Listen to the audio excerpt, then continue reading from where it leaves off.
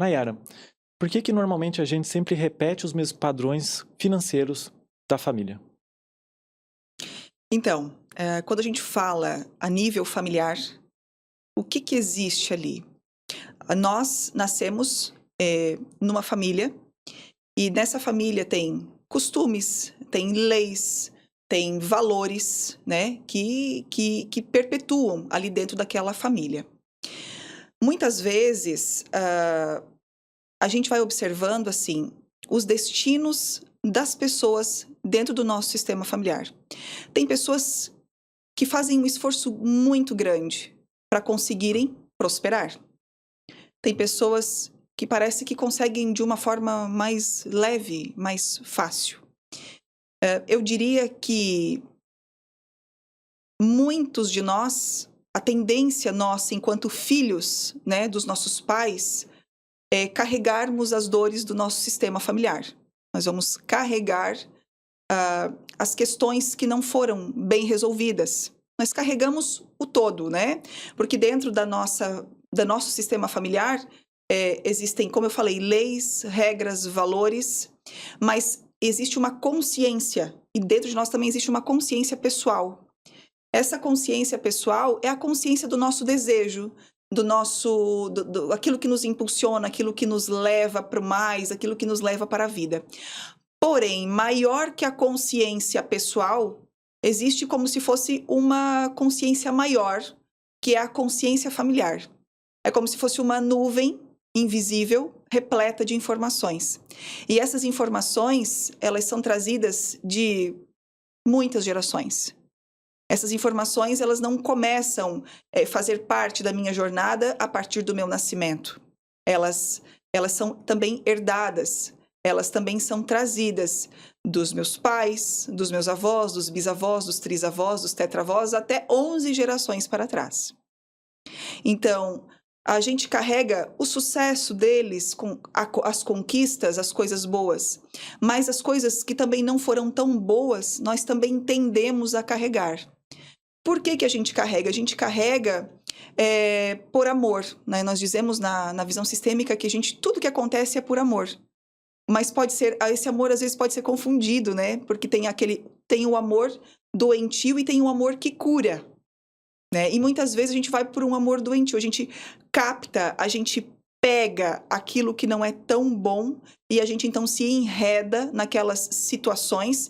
Como é que é esse pegar? Esse pegar é de forma inconsciente. A gente nem se dá conta do que a gente está fazendo. Porque 95% do nosso comportamento ele é inconsciente, só 5% é consciente.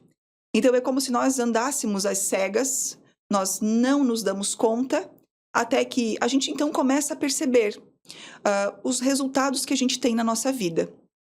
Então, como é que a gente sabe que a gente está enredado, que a gente está emaranhado na nossa vida? Pelos resultados que eu tenho. Resultados no meu trabalho, resultado financeiro, resultado no meu casamento, resultado nas relações, resultado com os meus filhos. Eu olho para o resultado, eu estou feliz, estou satisfeito? Não, então peraí que tem coisa para ser vista. Porque às vezes uma pessoa tem muito conhecimento, ela detém muito conhecimento. E ela diz assim, mas como é que eu não consigo colocar isso aqui em movimento? Parece que eu patino, que eu tô no limbo, eu quero sair desse lugar, parece que o meu pé tá colado e eu não consigo me movimentar, eu não consigo prosperar. Então, a gente vai olhar para as histórias sobre prosperidade dentro da família. Primeira pergunta que eu faço: teus pais são prósperos? Vamos ver a resposta. Sim, não. Pode ser que sim, pode ser que não. Tem histórias de falência na tua família? Houve histórias de falência? Houve histórias de pessoas que tomaram o que não era seu? Né? Assim, deixando o outro na pior e tomaram para si algo que não era seu, se apropriando de algo, se apropriando de terra, se apropriando de qualquer coisa nesse sentido. Ou então a pessoa pode dizer assim, não, eu sou a primeira que está buscando isso. Né? Eu sou a primeira a empreender, eu busco empreender, na minha família ninguém empreende, o meu sonho é empreender, eu já empreendi, 2, 3 vezes e eu sei, nunca dá certo. Então a gente vai olhar o que tem por trás desse movimento. A gente diz que ser o primeiro dentro do sistema, ser o pioneiro dentro da família, esse carrega um peso bem difícil, o maior peso. Porque ele está abrindo caminhos, né? Quando já tem um que abriu, parece que os outros da família vêm e é mais fácil. Agora, aquele que está abrindo caminhos, esse paga um preço muito alto. Principalmente se eu estou abrindo caminhos e dentro do meu sistema familiar ainda ninguém prosperou, ainda ninguém fez o que eu estou fazendo, a tendência que eu tenho é eu fracassar. E aí existem algumas razões pelas quais eu fracasso na vida. Eu posso fracassar para pertencer. Então, para ficar igual aos demais da minha família, eu vou criar um jeito de me sabotar aqui para pertencer, para ficar igual aos demais. Assim, que coisa louca. Porque eu tava me vendo nessa tua história completa. Eu estava me vendo nela. Então de verdade. vamos lá, vamos trocar aqui, me conta. Não, vamos lá. Depois eu te mando o Pix dessa terapia. Porque assim, tu falou sobre essa parte do conhecimento, tá? Eu detenho muito conhecimento, mas eu tô patinando. Eu já falei algumas vezes aqui no podcast, eu tenho ali minhas plaquinhas pra mostrar. Eu tenho bastante conhecimento na área da internet, eu já fiz muito dinheiro nela, só que eu patino.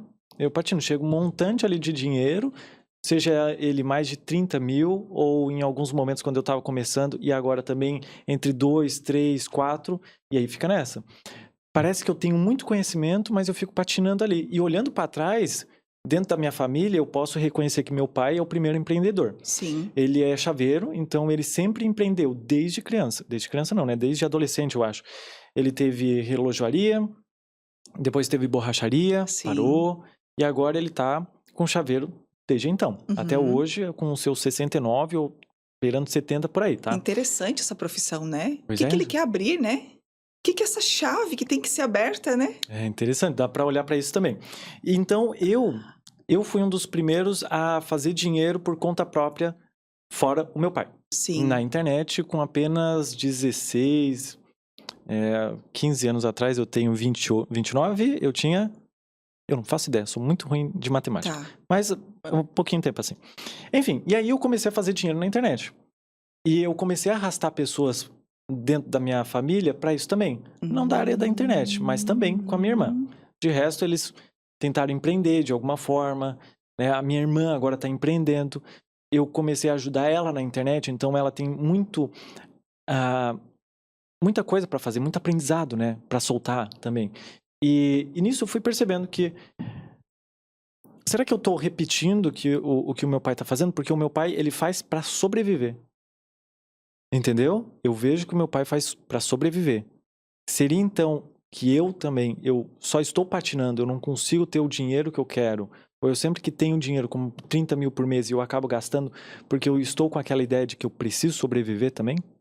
Pode sim. E como é que eu consigo reconhecer a verdadeira resposta por trás disso? Você se sente autorizado a fazer mais desse valor? Olha, hoje em dia, com o meu conhecimento... Internamente, assim, tu se sente autorizado, assim? Eu me vejo com mais dinheiro do que isso? Sim, respondendo sinceramente, sim. Porque desde então, quando eu olhava para os meus pais e eu tinha dinheiro, eu me sentia mal. Eu me sentia mal. Culpa. Isso, culpa. Por ele não estar num restaurante e tudo mais. Desde então, desde que eu comecei a estudar... Nossa, tô me arrependendo. Desde que eu comecei a estudar filosofia, psicologia, autoajuda também, que me ajudou Sim. bastante, eu fui reconhecendo, poxa, eu também posso viver essa vida. Meus pais estão lá, eu posso ajudar eles de alguma forma. Ok, mas eu vivo a minha vida com meus próprios olhos e com as minhas próprias pernas. Por que que eu não posso me dar o luxo de ir num restaurante bom e falar, eu mereço isso daqui? Então, desde então, eu ainda construo isso. Não vou te dizer que é 100% das vezes em que eu não me sinto mal.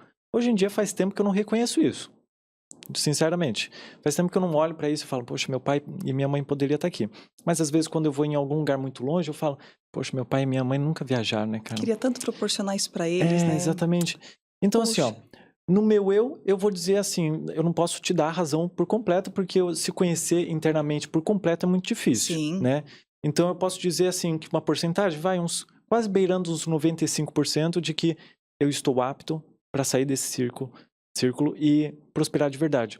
Mas ainda existe algo, alguma ruptura, algum problema na minha vida que eu olho pro dinheiro e falo, eu vou gastar isso daqui, com comida principalmente, eu gasto muito com comida. Então, como é que eu consigo reconhecer esse problema financeiro na minha vida? Porque tu vai falando e eu não sei se eu quero colocar tudo a culpa nos meus pais. Porque isso deve ser uma culpa minha também. Eu devo ser culpado disso. Eu não posso literalmente falar assim, pô, a culpa é do meu pai ou da minha mãe por eu não estar prosperando. Não, a culpa tem e em algum momento é minha. Então como é que eu consigo... Eu sei que eu te faço várias perguntas Pode aqui. fazer, fica à vontade. É, perfeito. Então como é que eu consigo identificar se é minha culpa mesmo ou se é eu fazendo a mesma coisa que os meus pais? A gente vai ter que... A gente não fala de culpa na sistêmica. Nós Tá. falamos de responsabilidade. Né? A culpa é muito de apontar o dedo, né? Isso. Então, assim, eu posso dizer assim, até que ponto eu também fico aqui, ou o que eu ganho ficando nesse lugar? Com quem eu me pareço quando eu chego até um determinado teto e paro. Percebe, né? Que tu tens assim, tu vai até um determinado lugar, bateu ali, tu volta pra trás. Tu vai de novo, tu faz todo o movimento, né? Tu vai fazer toda aquela força, né, motriz, vai mover, vai chegar aqui, vai bater de novo e tu vai voltar pra trás. E aí tu vai pensar assim, ó, com quem eu me pareço? Com meu pai. Mas muito provavelmente tem mais histórias aí pra trás que podem estar ligadas, entrelaçadas em tudo isso, tá? Então, assim, qual é a permissão que eu tenho de chegar aqui e abrir isso aqui e seguir? Né? A gente fala da síndrome de parecência, que é com quem eu me pareço quando eu não prospero igual. Eu fico igual a quem? Fico igual ao meu avô, fico igual ao meu pai. É que nem as pessoas que perdem, né? Eu perdi tudo. Ah, mas o meu avô também perdeu tudo. Então, a tendência é nós repetirmos o padrão, o comportamento. Por quê? Porque naquele padrão existe uma dor. Muitas vezes, naquela dor, o que acontece? A dor tende a ser sufocada. Então, as pessoas tendem a colocar uma pedra em cima do fato que houve a dor. E aí, o que acontece? Aquilo que não é dito, alguém vai ficar, a gente vai dizer assim, ó, espiando a história. Dentro da família. Fazendo igual. Isso. Uhum. Fazendo igual, repetindo o padrão e tudo mais. Tá, e como é que eu consigo me identificar ou identificar alguém da família que é essa pessoa? Conhecendo a história. Quanto mais eu sei da minha história para trás, mais eu vou conseguir montar esse grande quebra-cabeças. Tá, então vamos supor que eu reconheci agora que o problema é o meu pai. Claro que eu tenho que ir lá na terapia e falar contigo para ter um pouco mais de certeza. Mas vamos supor que é o meu pai. Como é que eu consigo romper, então, esse padrão agora? A gente vai ter que olhar também o que tinha na relação do pai com o vô. Tá, boa. Porque tu vem de uma linhagem masculina. Então, como são esses homens do teu sistema? Como eles se portam? E como era o teu avô? Porque a mulher tende a se parecer muito com a avó materna e o homem muito com um avô paterno, tá? É como se a gente pulasse uma geração ali, né? Então, não é o pai, eu me pareço com o meu avô.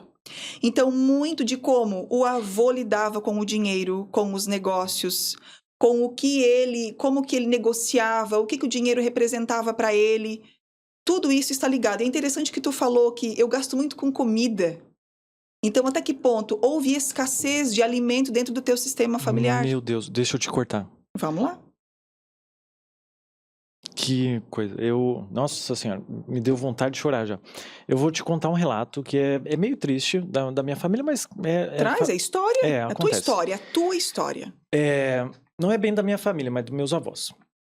Avós paternos? Maternos. Maternos. Tá.